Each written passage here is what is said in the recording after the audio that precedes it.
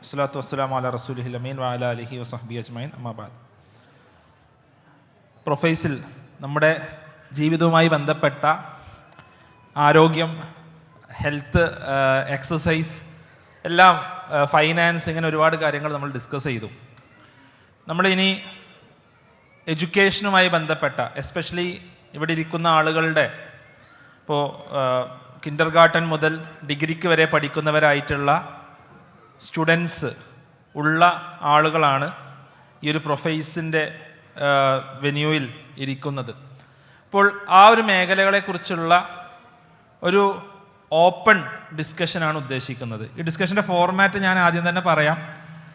എൻ്റെ കൂടെയുള്ളത് doctor Fawaz T K, Kolkata Indian maritime university ക്യാമ്പസിൽ പ്രൊഫസറാണ്.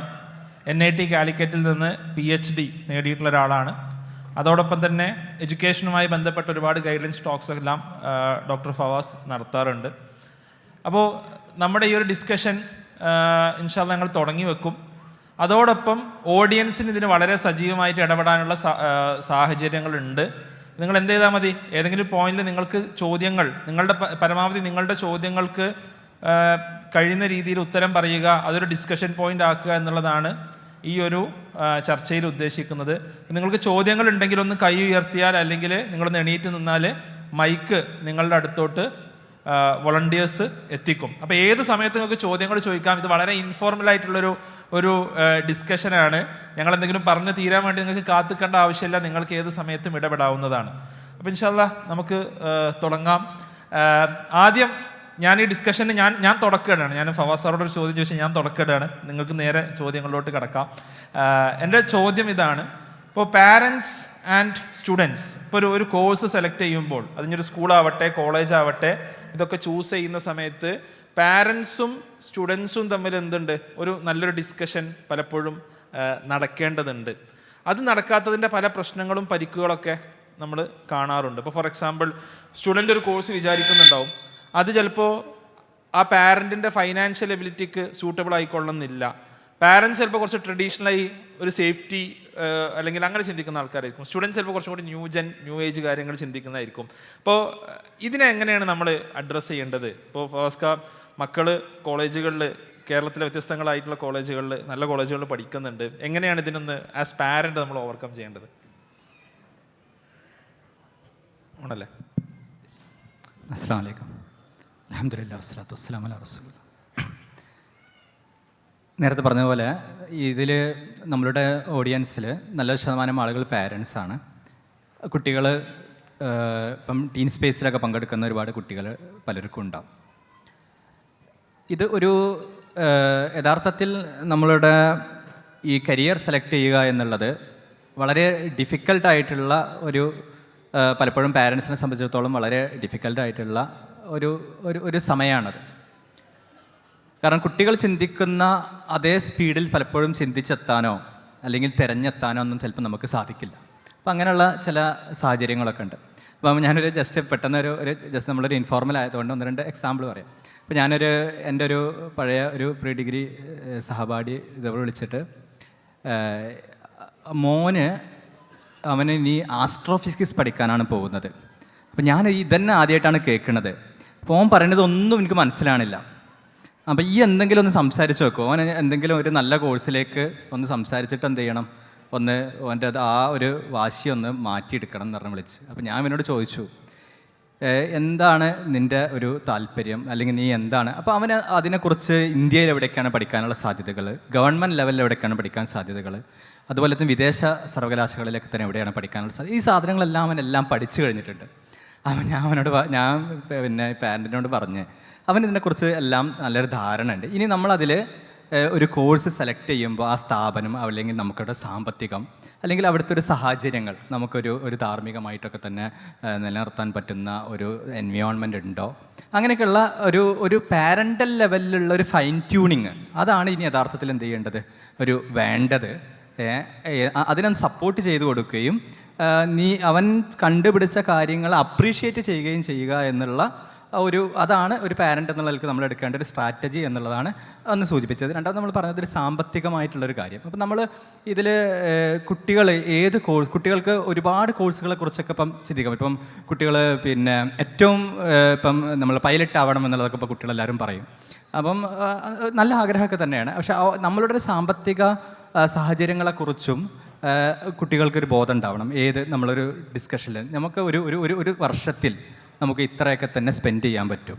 അപ്പോൾ ഒരു വർഷത്തിൽ 1 ലക്ഷത്തിന് താഴെയുള്ളൊരു കോഴ്സാണെങ്കിൽ അത് നമുക്ക് പറ്റും. അല്ലെങ്കിൽ 25,000 രൂപയുടെ താഴെയുള്ള ഫീസുള്ള കോഴ്സ്. അപ്പോൾ ഇതൊരു 2-3 വർഷം കൊണ്ട് ഒരു +2, 10, 11, 12 ക്ലാസ്സുകൾക്ക് പഠിക്കുന്ന സമയത്ത് തന്നെ നമുക്ക് ഏതൊരു തലം വരെ നമുക്ക് സ്പെൻഡ് ചെയ്യാൻ പറ്റും എന്നുള്ളതും, അതേസമയം അതിൻ്റെ മേലെ ഉള്ളതാണെങ്കിൽ സ്കോളർഷിപ്പുകൾക്ക് വേണ്ടി അവർ തന്നെ ചിലപ്പം വളരെ സ്കോളർഷിപ്പുകളും അവരൊക്കെ തന്നെ കണ്ടുപിടിക്കാൻ പറ്റും. സ്കോളർഷിപ്പുകളും ഉണ്ടാവും. വളരെ ചിലവേറിയ കോഴ്സുകൾ സ്കോളർഷിപ്പുകളിലൂടെ തന്നെ പഠിക്കാനുള്ള സാഹചര്യങ്ങളുണ്ടാവും. അപ്പം നമ്മളുടെ സാമ്പത്തികാവസ്ഥ എത്രയാണെന്നും അതല്ല ഇനി സ്കോളർഷിപ്പിലൂടെ നല്ല സാഹചര്യങ്ങൾ കിട്ടുകയാണെങ്കിൽ അത് കരസ്ഥമാക്കുന്നതിനുള്ളൊരു മോട്ടിവേഷൻ. അപ്പോൾ ഒരു റിയലിസ്റ്റിക് സാഹചര്യം നമ്മളുടെ ചർച്ചകളിലൂടെയൊക്കെ തന്നെ ഒരു കുടുംബത്തിനകത്ത് നിന്ന് കുട്ടിക്കൊരു ബോധ്യമുണ്ടാവുക എന്നുള്ളതാണ് അതിനൊരു പരിഹാരം എന്നുള്ള അർത്ഥത്തിൽ എനിക്ക് തോന്നിയിട്ടുള്ളത്. അപ്പോൾ ഇനി നമ്മൾ എന്താണ് അടുത്ത? നിങ്ങൾക്ക് ചോദ്യങ്ങൾ ഉണ്ടെങ്കിൽ ഒന്ന് ഹാൻഡ് റൈസ് ചെയ്യാം. മൈക്കുമായിട്ട് നമ്മുടെ ആളുകൾ വരും. ഓക്കെ, അല്ലെങ്കിൽ നമുക്ക് അത് ചോദ്യങ്ങൾ വരട്ടെ. അപ്പോൾ അതിനിടയിൽ ചോദ്യമുണ്ട്? ചോദ്യമല്ല. ചോദ്യമല്ല. ഓക്കെ. അതിൽ ഇപ്പം നമ്മൾ ഒരു കോഴ്സ് സെലക്ട് ചെയ്യുമ്പോൾ നമ്മൾ ഇപ്പം ഒരു കോളേജിൽ എത്തിയ കാര്യങ്ങളൊക്കെ പറയുന്നല്ലോ, കോഴ്സ് സെലക്ട് ചെയ്യുമ്പോൾ പാരൻ്റ് എങ്ങനെ ശ്രദ്ധിക്കണം എന്നുള്ളതൊക്കെ. പക്ഷെ നമ്മളൊരു ഒരു ഒരു ഒരു പാരൻ്റ് എന്നുള്ള നിലക്ക് ഇപ്പോൾ നമ്മളൊരു സ്കൂളിൽ കുട്ടി പോകുന്നുണ്ട്, സ്കൂളിലുള്ള മത്സരങ്ങളിലൊക്കെ പങ്കെടുക്കുന്നുണ്ട്. അപ്പം ഏതൊരു സമയത്ത് ഒരു പാരൻസ് ഏതൊരു കാലഘട്ടം മുതൽ അവരിനി ഏത് കരിയറിലേക്ക് പോകണം, അല്ലെങ്കിൽ പുതിയ കാലഘട്ടത്തെ കരിയറുകൾ എന്താണ്, പുതിയ കാലത്തെ മത്സര പരീക്ഷകൾ എന്താണ്, അതൊക്കെ ഒരു പാരൻസ് ഏതൊരു സമയം മുതൽ അത് ശ്രദ്ധിക്കണം. അല്ലെങ്കിൽ നമ്മളൊരു സ്കൂളുകളിലുള്ളതിനെ മാത്രം ഡിപ്പെൻഡ് ചെയ്ത് ആ ഒരു ഫ്ലോയിൽ പോയാൽ ഒരു ആധുനിക കാലഘട്ടത്തിലെ ഒരു മത്സരാധിഷ്ഠിത വ്യവസ്ഥയിലൊക്കെ നമുക്ക് അവർക്ക് എവിടെയെങ്കിലും എത്തിപ്പെടാൻ പറ്റുമോ? അതിലെന്താണ് ഒരു? യെസ്, വളരെ പ്രധാനമായി നമ്മൾ ഡിസ്കസ് ചെയ്യേണ്ട ഒരു ഏരിയയാണത്. അതായത് സ്കൂളുകളുടെ ഒരു പ്രാധാന്യം എന്താണ്. നമ്മളെല്ലാവരും കുട്ടികളെ, ഭൂരിഭാഗം ആളുകൾ 99% ആളുകൾ സ്കൂളിലോട്ട് വിടുന്ന ആളുകളാണ്. അപ്പോൾ സ്കൂളുകളിൽ നിന്ന് എസ്പെഷ്യലി പ്രൊഫഷണൽസ് ആയിട്ടുള്ള ആളുകൾ നമ്മൾ മുമ്പിൽ ഇരിക്കുമ്പോൾ ഞാൻ കണ്ടിട്ടുള്ളൊരു പ്രവണത, നമ്മൾ ചിലപ്പോൾ ഏറ്റവും നല്ല സ്കൂളിൽ കുട്ടിയെ വിടും, അവിടെ ഫീസ് കൊടുക്കണ്ടല്ലോ, ഇനി അവരാവണം അവൻ്റെ എല്ലാ കാര്യങ്ങളും അവനെവിടെ എത്തണം എന്നുള്ളവരെ ഡിസൈഡ് ചെയ്യുന്നത്. പക്ഷേ നമ്മുടെ സ്കൂളുകൾക്ക് ഒരുപാട് ലിമിറ്റ്സ് ഉണ്ട്. നമ്മുടെ സ്കൂളുകളുടെ ഒരു മേജർ ഔട്ട്കം ആയിട്ട് അവർ കാണുന്നത് പലപ്പോഴും മാർക്കുകളാണ്. ഒരു A+ നേടുക, A1 നേടുക എന്നതിലപ്പുറം ഒരു കുട്ടിയെ പൂർണ്ണമായിട്ട് ഗൈഡ് ചെയ്യാൻ സ്കൂളുകൾക്ക് സാധിക്കാറില്ല. അപ്പോൾ ഞാൻ പല സ്കൂളിലും പോയി ക്ലാസ് എടുക്കുമ്പോൾ ഒരു കരിയർ ഗൈഡൻസ് സെഷൻ എന്നുള്ളതൊക്കെ കൊല്ലത്തിൽ 1.5 മണിക്കൂർ നടക്കുന്നൊരു പ്രോസസ്സാണ് ഒരു സ്കൂളിൽ. അതല്ലാതെ ഒരു കണ്ടിന്യൂസ് ആയിട്ടുള്ളൊരു പ്രോസസ്സായി നടക്കുന്നില്ല. അപ്പോൾ അവിടെ ഈ പറഞ്ഞതുപോലുള്ളൊരു കോൺവെർസേഷൻ കീപ്പ് ചെയ്യേണ്ടത്, നേരത്തെ ഫവാസ്ക പറഞ്ഞതിൻ്റെ ഒരു ബാക്കിയായി തന്നെ ഈ ഒരു കോൺവെർസേഷൻ കീപ്പ് ചെയ്യുക എന്നുള്ളത് പാരൻസ് ആണ് ശരിക്കും ചെയ്യേണ്ടത്. നമ്മൾ നല്ല നിലയിലെത്തിയ കുട്ടികളൊക്കെ നമ്മൾ നോക്കുമ്പോൾ അവിടെയൊക്കെ പാരൻസിൻ്റെ വളരെ സെറ്റിലായിട്ടുള്ള ഭയങ്കര എന്താ പറയുക ഒരു ഇൻഫ്ലുവൻസ് അല്ലെങ്കിൽ ഒരു ഇടപെടൽ, അത് ഒരു മൈക്രോ മാനേജ് ചെയ്യാന്നുള്ളതല്ല, പക്ഷെ ഒരു ഇടപെടൽ ഉള്ളതായിട്ട് കാണാൻ സാധിക്കും. അവർ കുറച്ചും കൂടി ഗൈഡൻസ് കൊടുക്കുക. ഇപ്പോൾ സ്കോളർഷിപ്സിൻ്റെ കാര്യം പറഞ്ഞു. ഇപ്പോൾ ഒരുപാട് സ്ഥലങ്ങളിൽ ഇപ്പോൾ നമുക്ക് ഇന്ത്യയിൽ കുട്ടികളെ പഠിപ്പിക്കാം, അല്ലെങ്കിൽ വിദേശത്ത് പഠിക്കാം. ഇപ്പോൾ ഇന്ത്യയിൽ പഠിപ്പിക്കുകയാണെങ്കിൽ ഇപ്പോൾ ഒരു എഞ്ചിനീയർ ആണെങ്കിൽ എന്നുണ്ടെങ്കിൽ ഇപ്പോൾ വേണമെങ്കിൽ IIT NIT പോലുള്ള സ്ഥാനങ്ങളെയും ചെയ്യാം. അല്ലെങ്കിൽ ചിലപ്പോൾ ഒരു പ്രൈവറ്റ് എഞ്ചിനീയറിംഗ് കോളേജിലായിരിക്കും ചേരുക. ഇങ്ങനെ പ്രൈവറ്റ് എഞ്ചിനീയറിംഗ് കോളേജിൽ ചേരുന്ന ആരാണ്? ഒരു 12th ശേഷം ആലോചിച്ച് തുടങ്ങുന്ന ആളുകളാണ് ഈ പ്രൈവറ്റ് എഞ്ചിനീയറിംഗ് കോളേജിൽ അല്ലെങ്കിൽ പ്രൈവറ്റ് മെഡിക്കൽ കോളേജിൽ മേ ബി ലക്ഷങ്ങൾ അല്ലെങ്കിൽ വലിയ പണം സ്പെൻഡ് ചെയ്ത് ചിലപ്പോൾ ലോണുകളൊക്കെ എടുത്തിട്ട് എത്തിച്ചേരുന്നത്. കുറച്ച് നേരത്തെ ആലോചിച്ച് തുടങ്ങുന്ന ആളുകൾ കുറച്ചുകൂടി നല്ല സ്ഥാപനങ്ങളിൽ എത്തിയിട്ടുണ്ടാവും. അപ്പോൾ അവർക്കുള്ള ഓപ്പർച്യൂണിറ്റീസ് മനസ്സിലാക്കി പറഞ്ഞു കൊടുക്കുക എന്നുള്ളൊരു പ്രോസസ്സ് നമ്മൾ സ്കൂളിൽ നിന്ന് പൂർണ്ണമായിട്ടും എക്സ്പെക്ട് ചെയ്യരുത്. അത് സ്കൂൾസിനെ ഔട്ട്സോഴ്സ് ചെയ്യരുത്, അത് വേറെ ആർക്കും ഔട്ട്സോഴ്സ് ചെയ്യേണ്ടതല്ല, അത് പാരൻസ് തന്നെ ചെയ്യേണ്ട ഒരു കാര്യമാണ്. എനിക്ക് എല്ലാ പാരൻസിനോടും പറയാനുള്ളത്, നമ്മൾ ഒരുപാട് യൂട്യൂബും ഇൻസ്റ്റാഗ്രാമൊക്കെ ഉപയോഗിക്കുന്നതാണ്. ഇത്തരത്തിലുള്ള ഇൻഫർമേഷൻ തരുന്ന ഒരുപാട് ചാനലുകളും പോർട്ടലുകളൊക്കെ ഉണ്ട്. ഈ കാര്യങ്ങൾ നമ്മളൊന്ന് യൂസ് ചെയ്യുക. അറ്റ്ലീസ്റ്റ് പത്രത്തിൽ ആഴ്ചയിൽ 3 ദിവസം വരുന്ന ഒരു വിദ്യാഭ്യാസ കോളുണ്ടല്ലോ, അത് നമ്മൾ വായിച്ചിരിക്കുക എന്നുള്ളത് വളരെ പ്രധാനമാണ്. ഞാൻ കേട്ടിട്ടുള്ള ഏറ്റവും നല്ലൊരു പാരൻറ്റിങ് അഡ്വൈസ്, ടാങ്കിലുള്ളത് ടാപ്പിൽ വരുള്ളൂ എന്നുള്ളതാണ്. അപ്പോൾ നമ്മൾ ആസ് പാരൻസ് നമ്മളെന്താണോ അതിൻ്റെ ഒരു റിഫ്ലക്ഷനായിട്ട് അതിൻ്റെ ഒരു ബാക്കിയായിരിക്കും കുട്ടികൾക്ക് സ്വാഭാവികമായിട്ടും കിട്ടുക. അത് വളരെ നോർമലായിട്ടുള്ളൊരു പ്രോസസ്സാണ്. അപ്പോൾ അത് നമ്മൾ മനസ്സിലാക്കണം എന്നുള്ളതാണ് ഇതിൽ പറയാനുള്ളത്. എനിക്ക് ഫവാസ്ക പറഞ്ഞതിനോട് ആഡ് ചെയ്ത് എൻ്റെ ഒരു അനുഭവം പറയാനുള്ളത്, ഇപ്പോൾ ഈ ഒരു ഫൈനാൻസ്, ഇപ്പോൾ നിങ്ങളൊരു വിദേശ യൂണിവേഴ്സിറ്റിയിലൊക്കെ പോകണമെന്നുണ്ടെങ്കിൽ മേ ബി ലക്ഷങ്ങൾ നിങ്ങൾ ഫീസ് കൊടുക്കേണ്ടി വരും. അപ്പോൾ എൻ്റെ അടുത്തൊരു ഒരു പാരൻറ്റും കുട്ടിയും വന്നിട്ട്, അപ്പോൾ എനിക്ക് വളരെ കാലമായിട്ട് അറിയുന്നൊരു ഫാമിലിയാണ്. അപ്പോൾ ആ കുട്ടിക്ക് വിദേശത്തൊരു കോളേജിൽ പഠിക്കാനാണ്, വിദേശത്ത് തന്നെയുള്ളൊരു പാരൻറ്റും കുട്ടിയാണ്. അപ്പോൾ ഞാൻ ചോദിച്ചു എത്ര രൂപ ഫീസാവും? അപ്പോൾ പറഞ്ഞു ഇത്ര ഫീസാവും. അപ്പോൾ നിൻ്റെ പാരൻസിന് ഇത് അഫോർഡ് ചെയ്യാൻ പറ്റുമോ ഇല്ല എന്ന് നിനക്കറിയോ എന്ന് ഞാൻ ചോദിച്ചു. പറഞ്ഞു എനിക്കറിയില്ല, പക്ഷെ അവനവിടെ പോകണം എന്നുള്ളൊരു നിർബന്ധ അവസ്ഥയിലാണ്. അപ്പോൾ ഞാൻ അവൻ്റെ ഫാദറിനോട് സംസാരിച്ച അവൻ്റെ ഫാദർ ഇപ്പോൾ ജോലി നഷ്ടപ്പെട്ട, നല്ല ജോലി ഇരുന്ന ഒരാൾ പെട്ടെന്ന് നഷ്ടപ്പെട്ട ഒരവസ്ഥയിലുള്ളത്. അപ്പോൾ ഇത് പലപ്പോഴും കുട്ടികൾ മനസ്സിലാക്കാത്ത എന്തുകൊണ്ടാണ്? കുട്ടികൾക്ക് ചിലപ്പോൾ അങ്ങനത്തെ ആഗ്രഹങ്ങൾ ഉണ്ടാവും, നമുക്കത് അറിയുന്നുണ്ടാവും, നമ്മളതിനെ പ്രോത്സാഹിപ്പിക്കാനോ നിരുത്സാഹപ്പെടുത്താനോ വന്നിട്ടുണ്ടാവില്ല. ആ ഒരു കാര്യത്തെക്കുറിച്ച് ഒരു കോൺവെർസേഷൻ എന്ത് ചെയ്തിട്ടില്ല, നമ്മൾ പോയിട്ടില്ല. നമ്മുടെ ഒരു ഫൈനാൻഷ്യൽ സ്ഥിതിയെക്കുറിച്ച് നമുക്ക് എന്താ അഫോർഡബിൾ അല്ല എന്നതിനെ സംബന്ധിച്ച് പാരൻസിന് അറിയില്ല. ഇതാണ് അതിലൊരു പ്രശ്നമായിട്ട് എനിക്ക് ഫീൽ ചെയ്തിട്ടുള്ളത്. നമുക്ക് സദസ്സിലോട്ട് ചോദ്യങ്ങൾ ഉണ്ടെങ്കിൽ കൊടുക്കാൻ തോന്നുന്നു. യെസ്, എവിടെ മൈക്ക് കൊടുക്കാം?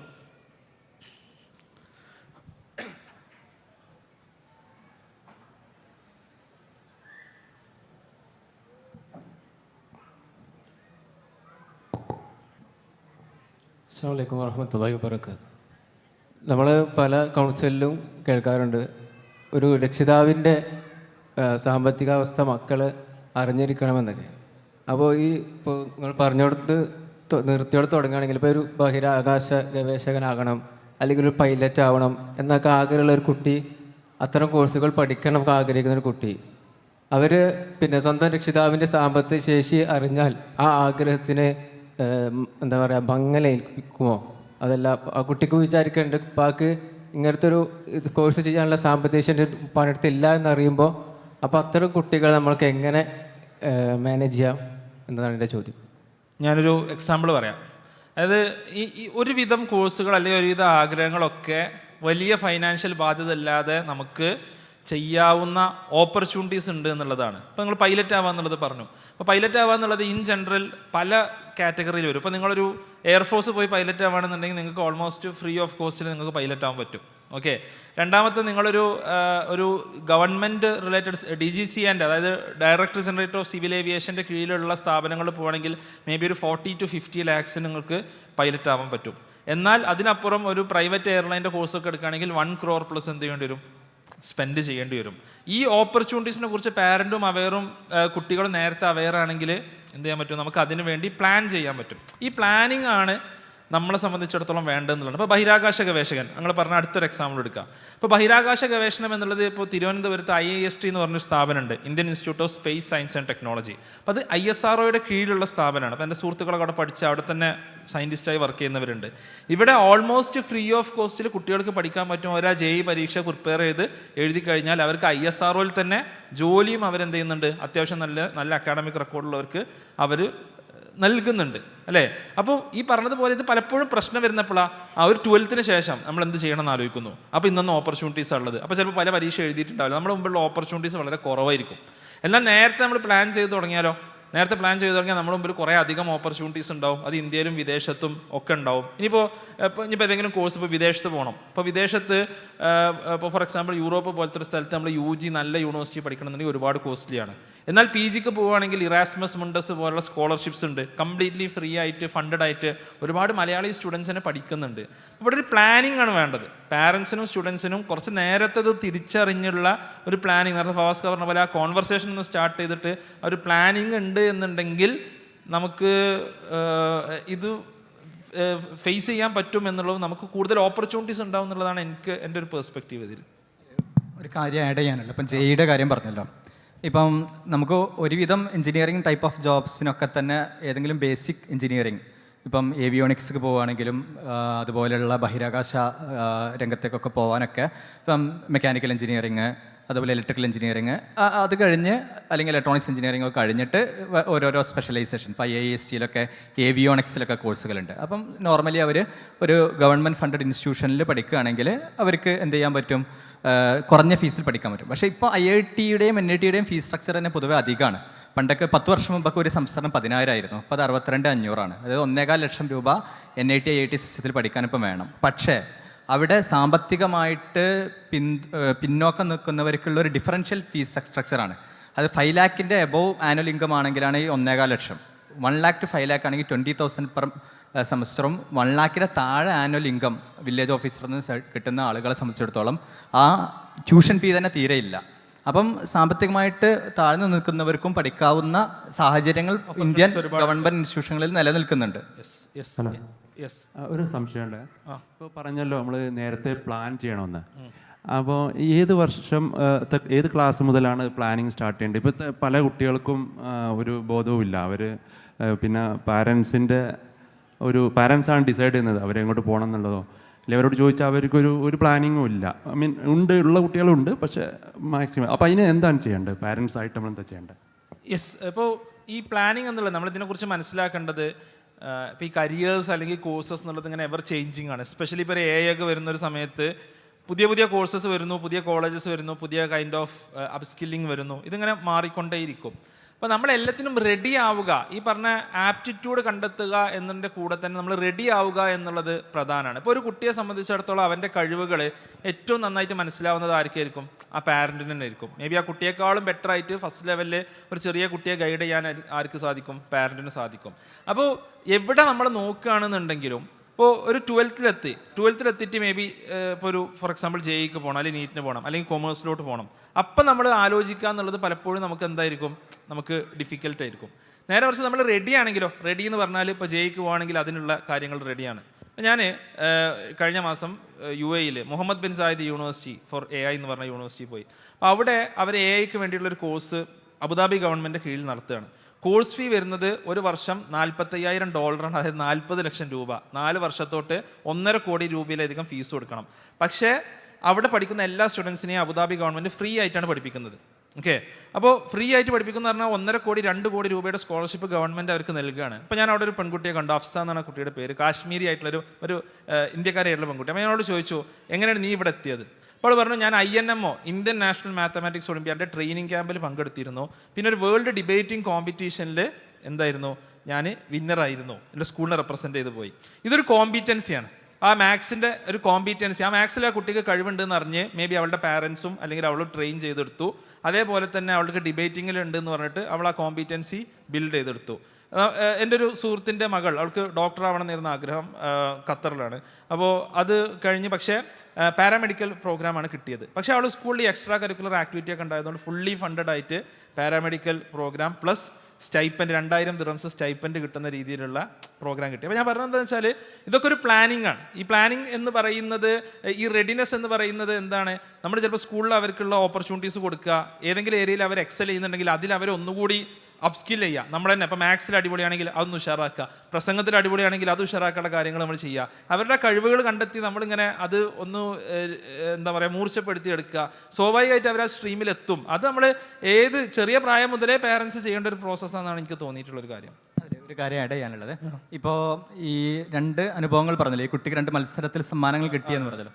ഞാനത് മുമ്പ് ഇതുപോലെ ഒരു പ്രോഗ്രാമിൽ നമ്മൾ പങ്കെടുക്കുമ്പോൾ IIT-യിലെ ഒരു അധ്യാപിക ഉണ്ട്, ഒരു കോഴിക്കോട്ടുകാരി. അപ്പം അവർ ഒരു വിദേശ സർവകലാശാലയിൽ ഒരു PhD-യുടെയോ പോസ്റ്റ് ഡോക്കിൻ്റെയോ ഇൻ്റർവ്യൂവിന് പോയപ്പോൾ കൂടെ മത്സരിക്കുന്ന ആളുകൾ അവരുടെ ബയോഡാറ്റ, അപ്പോൾ അവരുടെ സ്കൂൾ ലെവൽ മുതൽ തന്നെ എന്ത് ചെയ്യുന്നുണ്ട്, സ്കൂൾ ലെവൽ മുതൽ തന്നെ അവർ ഓരോ ഇവൻറ്റുകളിൽ പങ്കെടുക്കുകയും പ്രൊജക്റ്റ് പോവുകയും ഇൻറ്റേൺഷിപ്പ് ചെയ്യുകയും പേപ്പർ എഴുതുകയും, അപ്പം അവർക്ക് അന്ന് മുതലുള്ള എന്തുണ്ട്, പിന്നെ ഒരു ബയോഡാറ്റ ഉണ്ട്. അവർ ആ ഒരു കാലഘട്ടം മുതൽ തന്നെ അവരെന്ത് ചെയ്യുന്നുണ്ട്, പ്ലാൻ ചെയ്യുന്നുണ്ട്. അവർ പറഞ്ഞ് ഞാൻ PhD കഴിയുമ്പോഴാണ് എന്ത് ചെയ്യുന്നത്, ഇങ്ങനെ ഒരു കാര്യം ഉണ്ടാകണമല്ലോ എന്നുള്ളത് ആലോചിക്കുന്നത്. അപ്പോൾ ഒരു സ്കൂൾ മുതൽ തന്നെ കുട്ടികൾക്ക് ഒരു നല്ല സ്ട്രോങ് ബയോഡാറ്റ ഉണ്ടാകുന്ന രൂപത്തിലുള്ള എക്സ്പോഷേഴ്സ്, ഇന്റേൺഷിപ്സ്, പ്രൊജക്ട്സ്, അതുപോലെ ഓപ്പൺ ഹൗസസുകളിൽ നല്ല ക്യാമ്പസുകൾ വിസിറ്റ് ചെയ്യുക, അങ്ങനെയൊക്കെയുള്ള കുറെ കാര്യങ്ങൾ അവർക്ക് അത് ബയോഡാറ്റയിൽ എഴുതാൻ വേണ്ടി മാത്രമല്ല, അത് നൽകുന്ന ഒരു എക്സ്പീരിയൻസും എക്സ്പോഷറും അതെല്ലാം വാല്യുബിൾ ആണ്. ഇപ്പോൾ പല വിദേശ യൂണിവേഴ്സിറ്റികളും എന്ത് ചെയ്യുന്നുണ്ട്, ഇത്തരത്തിലുള്ള ബയോഡാറ്റയാണ് അവർ നോക്കുന്നത് എന്നുള്ളത് കൂടി അതിൽ സ്റ്റാർട്ട് ചെയ്യാണ്. യെസ്, ക്വസ്റ്റ്യനോട് കൂടെ. അസ്സലാമു അലൈക്കും. എൻ്റെ സംശയം ഹോം സ്കൂളിങ്ങിനെ പറ്റിയിട്ട് അതിൻ്റെ ഒരു പ്രാക്ടിക്കാലിറ്റി അല്ലെങ്കിൽ അഡ്വാൻറ്റേജസ് ഡിസഡ്വാൻറ്റേജസിനെ പറ്റിയിട്ടൊന്ന് അറിയാനായിരുന്നു. എസ്പെഷ്യലി ഈ ഒരു കാലഘട്ടത്തിൽ ഇസ്ലാമിക വിരുദ്ധമായ കുറേ ഐഡിയോളജീസ് സ്പ്രെഡ് ആവുന്നതും കുട്ടികൾക്ക് അതിനോടൊരു ഫസ്റ്റ് എക്സ്പോഷർ ചിലപ്പോൾ സ്കൂളിൽ നിന്നായിരിക്കാം കിട്ടുന്നുണ്ടാവുക. പിന്നെ അതുപോലെ സ്കൂൾ സിസ്റ്റം തന്നെ നമ്മൾ നോക്കുമ്പോൾ എല്ലാവരും ഒരേ അച്ചിലിട്ട് വാർക്കുക എന്നുള്ളൊരു എല്ലാ സ്കൂൾ സിസ്റ്റം ആയിരിക്കില്ല, പക്ഷേ മെജോറിറ്റി വൈസ് നോക്കുമ്പോൾ ആ ഒരു രീതിയിലുള്ള ടൈമിൽ നമുക്ക് ഈ ഒരു ഹോം സ്കൂളിങ്ങിനെ പറ്റിയിട്ട് അതിൻ്റെ ഒരു പ്രാക്ടിക്കാലിറ്റി അല്ലെങ്കിൽ ഒരു അഡ്വാൻറ്റേജസ് ഡിസഡ്വാൻറ്റേജസ് ഒന്ന് പറഞ്ഞു നന്നായിരിക്കും. കൂടുതൽ പരിചയമുള്ള ഫവാസ്ക്ക് അതിന് മറുപടി വരട്ടെ. ഞാൻ തുടങ്ങി വെക്കാം. പിന്നെ ഇതിൽ പിന്നെ 2 കാര്യങ്ങളാണ്. ഞാൻ ആദ്യം സ്കൂളിങ്ങിലേക്ക് വരുന്നതിന് മുമ്പ് നമ്മൾ കോളേജിൽ ഒരു ഉന്നത വിദ്യാഭ്യാസത്തിൽ നിന്നാണല്ലോ വരുന്നത്. ഒരു ഉന്നത വിദ്യാഭ്യാസ രംഗത്ത് ഇപ്പം ഒരു കുട്ടി ഹോം സ്കൂളിങ് കഴിഞ്ഞു കഴിഞ്ഞാലും പലപ്പോഴും ഉന്നത വിദ്യാഭ്യാസത്തിന് നമുക്കൊരു സർവകലാശാലകളിലേക്ക് തന്നെ പോകേണ്ടുന്നൊരു സാഹചര്യമാണുള്ളത്. പക്ഷെ വേറൊരു ചോദ്യമുണ്ട്, ഇപ്പം എല്ലാം അല്ല, എല്ലാം ഓൺലൈൻ കിട്ടുമല്ലോ, നമ്മൾ എന്തിനാണ് സ്ഥാപനത്തിൽ പോകേണ്ടത്? അത് അജ്മൽ ആ ഒരു കാര്യം ഒന്ന് ക്ലാരിഫൈ ചെയ്യുമെന്ന് വിചാരിക്കുന്നു. അപ്പോൾ ഞാൻ പറയുന്നത് വെച്ചാൽ ഒരു സർവകലാശാലകളിലേക്കോ കോളേജുകളിലേക്കോ ഈ കുട്ടികൾ പോവേണ്ടതുണ്ട്. ഒരു സമയത്തുമ്പോൾ ഒരു +2 കഴിയുമ്പോൾ നമ്മളൊക്കെ തന്നെ അങ്ങനെ പോയി പഠിച്ചവരാണ്. യഥാർത്ഥത്തിൽ ഒരു ഡിഗ്രി കാലയളവിൽ ഒരു കുട്ടി എങ്ങനെ പഠിക്കുന്നു, അല്ലെങ്കിൽ അവൻ്റെ ഒരു ലൈഫ് സ്റ്റൈല്, അവൻ്റെ ഗ്രാജുവേഷനിൽ അവൻ ഏത് രീതിയിലാണ് ജീവിച്ചിട്ടുള്ളത്, അവൻ്റെ മോറലായിട്ടുള്ള അല്ലെങ്കിൽ അവൻ്റെ സ്പിരിച്വലായിട്ടുള്ള, അവൻ്റെ ധാർമ്മികമായിട്ടുള്ള, ഇസ്ലാമികമായിട്ടൊക്കെ തന്നെ അവർ ഏതൊരു സാഹചര്യത്തിലാണ് ഒരു ഗ്രാജുവേഷനിൽ ഉണ്ടായിരുന്നത്. അന്ന് ഗ്രാജുവേഷനിൽ ഒരു പ്രബോധകനാണ് ആയിരിക്കുക, അല്ലെങ്കിൽ ഗ്രാജുവേഷന് ശേഷം ജീവിതകാലം മുഴുവൻ അയാൾ പ്രബോധകനായിരിക്കും. അത് ഒരു ഗ്രാജുവേഷൻ യഥാർത്ഥത്തിൽ ആ ഒരു കോളേജ് ലൈഫിൽ അയാൾ എങ്ങനെ ജീവിക്കുന്നു എന്നുള്ളത് അയാളുടെ പിന്നീട് മരണം വരെയുള്ള ഒരു ജീവിതത്തിൻ്റെ ഒരു ചെറിയൊരു നമുക്ക് നോക്കിക്കഴിഞ്ഞാൽ, ഇപ്പോൾ നമ്മളിവിടെ ഈ ഇരിക്കുന്ന, നമുക്ക് അന്ന് കോളേജുകളിൽ MSമായിട്ട് ബന്ധപ്പെട്ട് പ്രവർത്തിച്ചിരുന്ന ഒരുപാട് ആളുകളെ നമ്മൾ ഈ ഒരു സദസ്സിൽ കാണാൻ കഴിയും. അപ്പോൾ അത് നമുക്ക് കിട്ടുക ഗ്രാജുവേഷനിലാണ്. അപ്പോൾ ഗ്രാജുവേഷനിൽ എപ്പോഴും ഒരു ഇസ്ലാമിക് എൻവയോൺമെൻറ്റ് ഉള്ള ഒരു സ്ഥാപനം എന്നുള്ളത് പലപ്പോഴും പാരൻസ് എന്ന അർത്ഥത്തിൽ നമ്മൾ ആലോചിക്കാറുണ്ട്. യഥാർത്ഥത്തിൽ ഒരു ഇസ്ലാമിക് എൻവയോൺമെൻ്റ് ഉള്ള ഒരു സ്ഥാപനം ഗ്രാജുവേഷനിൽ കിട്ടുക എന്നുള്ളത് ബുദ്ധിമുട്ടാണ്. പക്ഷേ നമുക്ക് അത്തരത്തിലുള്ളൊരു കമ്മ്യൂണിറ്റിയുള്ള, അത്തരത്തിലുള്ള ചില സ്ഥാപനങ്ങളോ സംവിധാനങ്ങളോ എന്തെങ്കിലും പള്ളികളോ അല്ലെങ്കിൽ അങ്ങനെയുള്ള ഒരു സ്പിരിച്വൽ ഗ്യാതറിങ്ങിനുള്ള ഒരു സംവിധാനങ്ങളും അങ്ങനെ ഒരു നെറ്റ്വർക്കിങ്ങുമുള്ള ഒരു സ്ഥാപനത്തിൽ പഠിക്കുക എന്നുള്ളതാണ് നമുക്ക് ഒരു പാരൻസ് എന്ന അർത്ഥത്തിൽ നമുക്ക് ചെയ്യാൻ പറ്റുന്നത്. അതിന് നമ്മളതിന് മുന്നോടിയായിട്ട് അവിടെ എന്ത് ചെയ്യണം, നമ്മൾ വിസിറ്റ് ചെയ്യണം. കുട്ടിയെ അഡ്മിറ്റ് ചെയ്യുന്നതിന് മുമ്പ് തന്നെ നമുക്ക് ക്യാമ്പസുകൾ വിസിറ്റ് ചെയ്യാൻ പറ്റും, അവിടേക്കൊന്ന് യാത്ര ചെയ്യണം, അവിടുത്തെ ഒരു എൻവയോൺമെൻറ്റൊക്കെ നമുക്ക് പഠിച്ചെടുക്കാൻ പറ്റും. അപ്പോൾ അത് ഒരു ക്യാമ്പസ് സെലക്ട് ചെയ്യുമ്പോൾ നമ്മൾ ശ്രദ്ധിക്കേണ്ട കാര്യങ്ങളാണ്. അതായത് ക്യാമ്പസിനോട് ചേർന്ന് അല്ലെങ്കിൽ അവിടെ അത്തരത്തിലുള്ളൊരു കമ്മ്യൂണിറ്റി ഉണ്ട്. അത് യഥാർത്ഥത്തിൽ അത്തരത്തിലുള്ള റിസർച്ച് സ്റ്റഡികളുണ്ട്. ഇപ്പം ഫ്ലറിഷ് ഇൻ ദ ക്യാമ്പസ്, 1-ാം വർഷം കുട്ടികൾ എന്തുകൊണ്ട് ക്യാമ്പസുകളിൽ നിന്ന് യൂറോപ്യൻ യൂണിവേഴ്സിറ്റികളിലൊക്കെ തന്നെ വിട്ടുപോകുന്നു. അപ്പോൾ അതിനൊരു പരിഹാരമായിട്ട് സയൻറ്റിഫിക് പബ്ലിക്കേഷൻസിലൊക്കെ നിർദ്ദേശിക്കുന്നത് അവരൊരു സ്പിരിച്വലി കൂടിയുള്ള നെറ്റ്വർക്കിംഗ്. ഇപ്പോൾ ചർച്ചിൽ പോകുന്നവരുടെ കൂട്ടായ്മയിൽ ഞാൻ പങ്കെടുത്തപ്പോഴാണ് എന്ത് ചെയ്തത്, എനിക്ക് അവിടെ ആ ക്യാമ്പസിൽ തുടർന്ന് പോകാനുള്ളൊരു അവസരം, അങ്ങനെ ഒരു ചിന്ത ഉണ്ടായത് എന്നൊക്കെ പറയാറുണ്ട്. അപ്പോൾ ഞാൻ പറഞ്ഞു വരുന്നത്, ഒരു ഉന്നത വിദ്യാഭ്യാസ സ്ഥാപനത്തിൽ നമ്മളൊരു പല ആളുകളുള്ള ഒരു ക്യാമ്പസുകളിലേക്കാണ് പോവുക. അവിടെ ഇവർക്ക് പിടിച്ചു നിൽക്കുന്നതിന് വേണ്ടിയും അല്ലെങ്കിൽ അവർക്ക് അവരുടെ മൂല്യങ്ങൾ നിലനിർത്തി അവർക്ക് ജീവിക്കുന്നതിന് വേണ്ടിയുള്ള ഒരു എൻവയോൺമെൻറ്റ് ഉണ്ടോ എന്നുള്ളത് നമ്മൾ ഉറപ്പുവരുത്തണം എന്നുള്ളതാണ് ഒന്നുള്ളത്. രണ്ടാമത്തെ ഒരു കാര്യം എന്താ വെച്ചാൽ, ഇങ്ങനത്തെ ഒരു എൻവയോൺമെൻറ്റും ഇല്ലാത്തൊരു സ്ഥലത്ത് ഒരു കുട്ടി എത്തിപ്പെടുകയാണ് വിചാരിക്കുക. അവിടെ നമ്മളൊരു ലീഡേഴ്സിനെയോ അല്ലെങ്കിൽ ഒരു വളരെയധികം ഒരു സ്ട്രോങ് ആയിട്ടുള്ള ഒരു ഇസ്ലാമിക് പേഴ്സണാലിറ്റിയും ഒരു നമ്മൾ പറയുന്ന നല്ലൊരു ഉറച്ച ഈമാനൊക്കെ ഉള്ള ഒരാളെ നമുക്ക് ഏത് ക്യാമ്പസിലും കൊണ്ടുപോയിടാം. അത് മേ ബി 5% 10% ആയിരിക്കും. അവർ ആ ഒരു ക്യാമ്പസിൽ അവർ പുതിയ സംവിധാനങ്ങൾ തുടങ്ങുകയും അല്ലെങ്കിൽ അവിടെ പിടിച്ചൊക്കെ ചെയ്യുന്ന അങ്ങനെയുള്ള ആളുകളുണ്ടാവും. അപ്പോൾ എനിക്ക് അങ്ങനെ അറിയും. ഞാൻ കഴിഞ്ഞൊരു പ്രാവശ്യം ഒരു പ്രോഗ്രാമിൽ പങ്കെടുത്തപ്പം എൻ്റെ കൂടെ ഒരു ഡിസ്ട്രിക്ട് കളക്ടറാണുള്ളത്. അപ്പോൾ അദ്ദേഹം ഇത്തരത്തിലുള്ളൊരു ക്യാമ്പസിൽ, ഒരു സംവിധാനങ്ങളില്ലാത്തൊരു ക്യാമ്പസിൽ ഇസ്ലാമികമായിട്ടുള്ള പ്രവർത്തനങ്ങളിലൊക്കെ തന്നെ മുന്നിൽ നിന്നിരുന്ന ആളാണ്. അപ്പം പരിപാടി ഇങ്ങനെ നടന്ന് ഞങ്ങൾ ഭക്ഷണത്തിന് വേണ്ടി പിരിയാണ്. പക്ഷെ നിസ്കരിക്കുന്നതിന് ഒരു അരമണിക്കൂറേ ഉള്ളൂ ലോഹറ തീരാൻ. അപ്പോൾ ഞങ്ങളിങ്ങനെ സംസാരിച്ച് ഭക്ഷണം കഴിഞ്ഞത്തിന് പോകുന്നതിനിടയിൽ എന്നെ കൈ പിടിച്ച് വലിച്ചിട്ട് പിന്നെ പ്രയർ ഹാളിൻ്റെ ഭാഗത്തേക്ക് കൊണ്ടുപോയി. അപ്പോഴാണ് ആ ഒരു നമസ്കാരം, അത് അത്ര ലീഡർഷിപ്പ് ക്വാളിറ്റി ഉള്ള ആളുകളാണ്. അപ്പം അങ്ങനെയുള്ളവർക്ക് എന്ത് ചെയ്യാൻ പറ്റും, ഒരു പുതിയ ക്യാമ്പസിൽ ഒരു പുതിയ സംവിധാനങ്ങളൊക്കെ കൊണ്ടുവരാൻ പറ്റും. ഇനി അത് ക്യാമ്പസിൻ്റെ കാര്യം.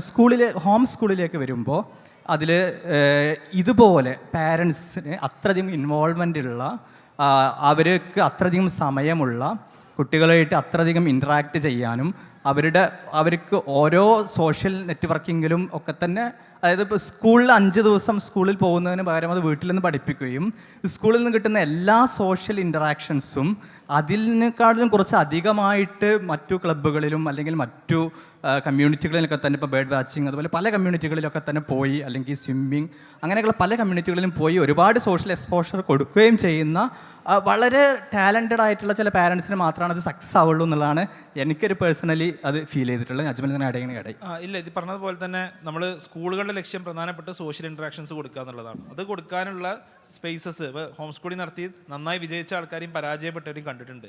അത് പാരൻസിന് സഫീഷ്യൻ്റ് ആയിട്ട് സമയവും കാര്യങ്ങളും കൊടുക്കാൻ പറ്റുമെന്നുണ്ടെങ്കിൽ മാത്രം ചെയ്യാവുന്ന ഒരു കാര്യമാണ് home schooling. It's not for everyone എന്നുള്ളത് തന്നെയാണ് പറയാനുള്ളത്. തീർച്ചയായിട്ടും നമ്മുടെ സമയം ഇവിടെ അവസാനിപ്പിക്കുകയാണ്. നമ്മുടെ ചർച്ച പല മേഖലകളിൽ ഹോം സ്കൂളിംഗ് തൊട്ട് ക്യാമ്പസുകൾ വരെ പോയി. ഈ ചർച്ചയിൽ വളരെ സജീവമായി തന്നെ നമ്മുടെ സദസ്സ് പങ്കെടുക്കുകയും ചെയ്തു. എല്ലാവർക്കും നന്ദി പറഞ്ഞുകൊണ്ട് അവസാനിപ്പിക്കുന്നു. അസ്സലാമു അലൈക്കും.